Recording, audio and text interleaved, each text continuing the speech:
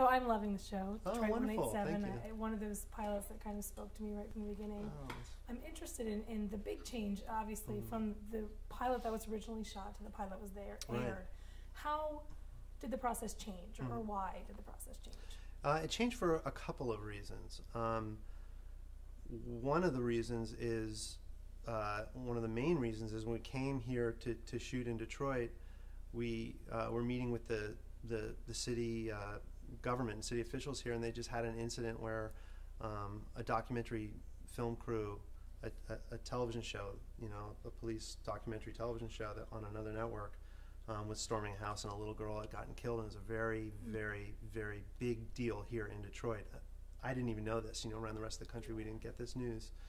And so we kind of felt as creative people that our characters were really strong characters, and that we wanted to have a certain veracity, and realism here, and they had banned those shows from Detroit.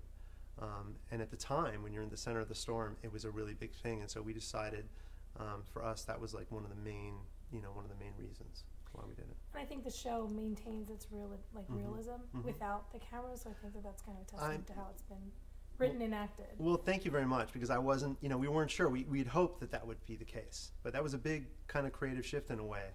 That freed us up quite a bit to tell these character stories, but I'm glad you found that to be true. So backtracking a little bit, how did the idea kind of come to you? What was there a moment that you thought maybe I should write this script, or what was the story behind it? I was looking for, I'd had a television deal with ABC, and I was looking for something to write, and I was having a hard time sort of conceptually wrapping my head around anything that I wanted to live with for a long time. And I would stay up late at night, because I write at night, and I unwind, and I would watch these sort of police documentary shows, and I just became fascinated with them and thought, this is very interesting, but the thing that you don't see here is character. And I thought, something like this that really felt kind of real and put you in the moment, but really kind of was a character exploration, would be a kind of an interesting conceptual twist that we hadn't seen before in a police procedural. Is there an idea, because it is a police procedural, and they kind of have, in history, gone on for quite some time, is there an idea, because of all the character development, where it ends or when it ends, or is it just kind of, can it go on? Yeah, I think that the key is that when you create people and you give them life, that they evolve, and because they change, every show's a new opportunity to open a new door. And so the wonderful thing that happened, and not falling on some conceptual sci-fi idea or something like that, is that you end up writing a story about people, and shows about people have legs. People change, relationships change, dynamics change, and so in a weird way that can just kind of go on and on and on. Was there always an idea to have the humor in it, along with the real kind of gritty drama?